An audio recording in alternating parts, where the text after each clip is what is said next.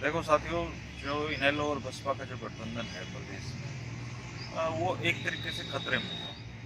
और इस जो खतरे की बुनियाद है, इस जो खतरे की शुरुआत है, वो जींद उपचुनाव में ही पड़ गई थी। जींद उपचुनाव एक्चुअली में इस गठबंधन का एक ट्रायल था, जैसे आप और जज्बा का भी ट्रायल था। तो इनेलो और बसपा के इस गठबंधन, जो इनेलो का जो परंपरागत वोट बैंक जो आना चाहिए था 10 से 12 हज़ार वोट, ना तो वो वहाँ पे आ पाए, और ना ही बसपा के जो 4 से 5 हज़ार वोट थे वो आ पाए। तो एक तरीके से लोगों ने इस गठबंधन पे ही सवाल खड़े कर दिए थे। वही ये गठबंधन सत्ता का गठबंधन है प्रदेश में, कि बसपा इनेलो के जाट वोटों के सहारे सत्ता में हासिल करना चाहती है, और बसपा के एससी वोटों के सहारे इनेलो सत्ता में वापसी का कोशिश में थी। तो एक तरीके से जो ये पूरा इनका गठबंधन है, ये इसमें अब दरार आ चुकी है। और बसपा ने जो मीटिंग करके जो संकेत दिए हैं, वो ये है कि जब दोनों परिवार एक हो जाएं तो हम लोग गठबंधन पे विचार करेंगे। तो वर्तमान परिस्थितियों में हरियाणा का या देश का कोई सामान्य सा आदमी भी ये बता सकता है कि अब ये दो परिवार जिस दोराहे पे हैं, जिस तरीके से इनके रास्ते अलग हुए हैं, तो उसको देखते हुए इसकी संभावनाएं न्यूनतम से न्यूनतम है कि ये दोनों एक होंगे। तो बसपा का एक तरीके से मीटिंग के माध्यम से ये शर्त रखना ही अपने आप में ये दिखाता है कि वो लगभग गठबंधन से अलग होने का एक मन बना चुके हैं, और आने वाले दिनों में इसकी आप परिणति भी देखी जा सकेगी। तो अब सवाल ये खड़ा होता है कि अगर प्रदेश में इनेलो और बसपा का गठबंधन टूटता है तो फिर आगे क्या होगा। आगे की जो संभावनाएं हैं, आप पिछले 4 साढ़े 4 साल का भाजपा का जो शासनकाल देखेंगे, तो इनेलो कभी भी सरकार के ऊपर आक्रामक कभी उस तरीके से दिखाई नहीं दी है जिस तरह से विपक्ष दिखाई देता है। नेता प्रतिपक्ष नाते अभय चौटाला ने सरकार के लिए कभी कोई खासी मुश्किलें खड़ी नहीं की हैं, चाहे वो SYL के बहाने उनका आंदोलन हो या दूसरे आंदोलन हो। सरकार को वो एक आध प्रेस कॉन्फ्रेंस में कोसते जरूर हैं, पर उतने एग्रेसिवनेस से वो कभी सरकार के ऊपर हावी नहीं होते रहे। दूसरा, कांग्रेस के जितने भी नेता हैं, भूपेंद्र सिंह हुड्डा से लेकर रणदीप सुरजेवाला तक, सब लोग ये आरोप हमेशा लगाते रहे हैं कि इनेलो बीजेपी की ही बी टीम है। और जिस तरीके के उनका कोऑर्डिनेशन उस विधानसभा में दिखता था बीजेपी के नेताओं के साथ, अनिल विज के साथ, तो उसको देखते हुए इस तरह की जो चर्चाओं ने ज़्यादा जोर पकड़ा था। अब ये तो तय है कि अगर इनेलो प्रदेश में अकेले चुनाव लड़ती है तो इनेलो के जो नेता हैं उनको ये अच्छी तरह से आभास है इस बात का कि उनका कुछ होना नहीं है अकेले में। और प्रदेश में जो अगला गठबंधन है वो जसपा और आपका लगभग तय है। और ऐसी सूरत में इनेलो अगर अकेले चुनाव लड़ेगी तो ये उनका आखिरी चुनाव भी साबित हो सकता है। और जो अभय चौटाला जी हैं और इनेलो के सुप्रीमो प्रकाश चौटाला जी हैं, वो इतने कच्चे खिलाड़ी नहीं है कि वो पार्टी को इस तरीके से नुकसान में जाने देंगे। तो उसे देखते हुए इस संबंध में चर्चाएं जोर पकड़ने लगी हैं कि उनका बीजेपी के साथ गठबंधन हो सकता है। और जहां तक मेरे अपने सूत्र हैं, इस संबंध में उनकी बातचीत चल भी पड़ी है। लेकिन आज के दिन प्रदेश में इनेलो ठीक वैसी सूरत में खड़ी है जब 2014 में हजका और भाजपा खड़ी थी। और हजका ने जो कुलदीप बिश्नोई ने जो भाजपा के साथ सीट बंटवारे पे जो अपना दूरदर्शिता जो दिखाई थी उन्होंने, उसकी वजह से उन दोनों का गठबंधन टूटा था और भाजपा के लिए चुनाव लड़ी और आज सत्ता में है। तो कुलदीप बिश्नोई अगर उस समय 10 या 5 जितनी भी सीटें वो दे रहे थे, 14 के करीब सीटें वो दे रहे थे, अगर उस पर सहमत होते तो वो आज सत्ता में होते। लेकिन चलो खैर, राजनीति में परिस्थितियां तो एक समान नहीं रहती हैं, बदलती रहती हैं, और जो समय पे अच्छे निर्णय लेता है वही आगे जाता है।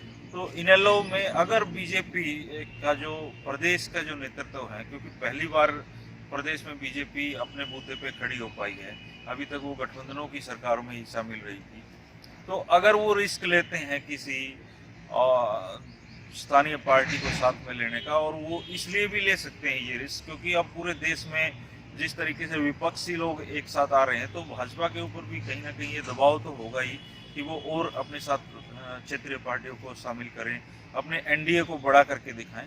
तो ऐसी सूरत में वो इनेलो के ऊपर दया दृष्टि दिखा सकते हैं, बशर्ते इनेलो 10 या 15 सीटों तक विधानसभा में सहमत हो, और 1 या 2 सीटों तक वो, मुझे लगता है कि अगर ये गठबंधन हुआ तो इनेलो को ऑफर करेंगे कि वो लोकसभा की 1 या 2 सीटों पे संतुष्ट हो जाएं या 10 की 10 भाजपा को दे दें, विधानसभा में वो इनेलो को थोड़ी ज़्यादा सीटें दे सकते हैं।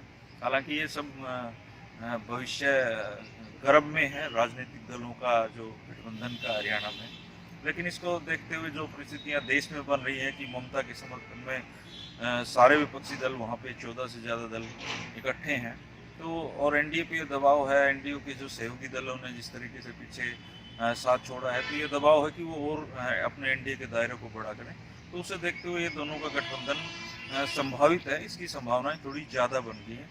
और अगर ऐसा होता है तो इनेलो जो जीत उपचुनाव के बाद में जो उनकी भगदड़ की जिसकी आशंका है उसके कार्यकर्ताओं में कि वो भगदड़ मच सकती है, तो वो भी रुकेगी और निश्चित तौर पे वो बीजेपी के साथ जुड़ के बहुत ही सरकार के नज़दीक भी लग सकते हैं, जिसका उन्हें बड़ी बेसब्री से सालों से इंतजार है। वो सत्ता से दूर है, ये सपना भी उनका बीजेपी के साथ लग के पूरा हो सकता है। तो दोनों का ही इसमें फ़ायदा है और राजनीतिक जो परिस्थितियाँ उनमें फ़ायदा एक अहम सौदा होता है और वो फायदे को देखेंगे। बसपा क्या कांग्रेस के साथ आ सकती है?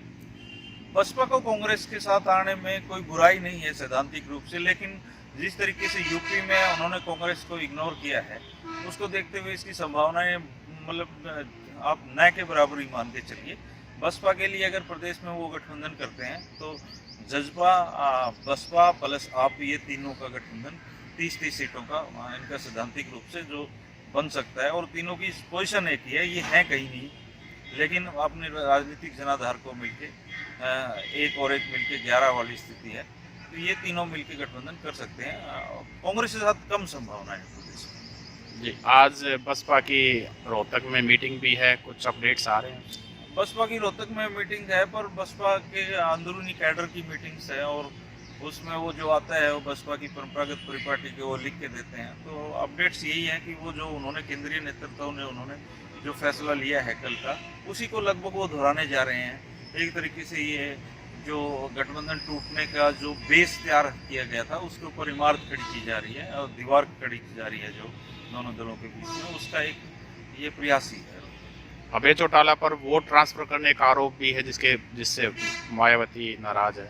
अभय चौटाला जी के ऊपर आरोप है और जिस तरीके से उनको वोट आने चाहिए थे वो आरोप कुछ हद तक जायज भी लगता है कि इनेलो का परंपरागत वोट भी उनको नहीं मिला है। तो लेकिन ये कोई खास बात मायने नहीं रखती है अगर वो वोट ट्रांसफर हुए हैं नहीं हुए हैं। अब बदली हुई परिस्थितियों में मायावती जी को ये लग रहा होगा कि इनेलो के साथ घाटे का सौदा है। अगर वे 2 नंबर पे भी रह जाते, 3 पे भी रह जाते, तो वो सोच सकती थी, क्योंकि अल्टीमेटली राजनीति में ये जो गठबंधन है ये एक दूसरे का फायदा उठाने के गठबंधन होते हैं। जज्बा के साथ भी कोई ऐसा बन सकता है जैसे आपने अभी? बसपा और जज्बा का तो बहुत ही माकूल गठबंधन है और दोनों ही चाहेंगे, दोनों को एक दूसरे की जरूरत है, आपको भी जरूरत है। प्रदेश में तीनों मिलकर महागठबंधन का एक तरीके का आकार ले सकता है और वोट प्रतिशत जो है इनका लगभग एक जैसा ही रहेगा, तो तीनों मिलके तो एक बड़ी ताकत बन सकते हैं। लेकिन फिलहाल तो बीजेपी तो हराने की सूरत में मतलब उसके सामने तो ये मजबूत गठबंधन नहीं कह सकते हम इसको, लेकिन अगर बीजेपी इनेलो को साथ ले लेती है तो एक जो जाट तबका है जो बीजेपी से जिसको मानते हैं कि वो कटा हुआ है, तो इसका नुकसान कांग्रेस को भी होगा कि फिर उनको विकल्प लगेगा सत्ता में भागीदारी का जाटों को। तो ये एक मजबूत गठबंधन इस तरीके से इधर बन सकता है और उस तरीके से सामने बन सकता है।